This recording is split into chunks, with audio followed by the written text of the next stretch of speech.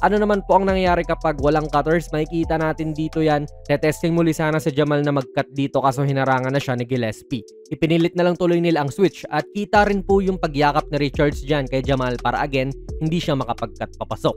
Dito sa tatlong to naman na iba ay wala ring cutting action na nangyayari. Nasa pangit na sitwasyon na ba itong Denver? Hindi mga idol, kasi hawak pa rin naman ni Jokic yung bola. Talagang pinoposehan na lang niya tong smaller player at alam din itong depensa na hirap sila magbigay ng help defense dyan at mag-commit.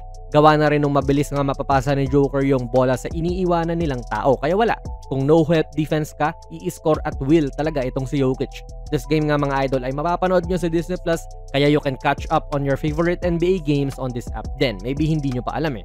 Kita muli natin dito na natapat si Gillespie kay Joker, so alam nyo na, tulad sa kanina, pwede niyang rektahin yan. Postehan lang ng postehan tong smaller guard hanggang sa makascore siya.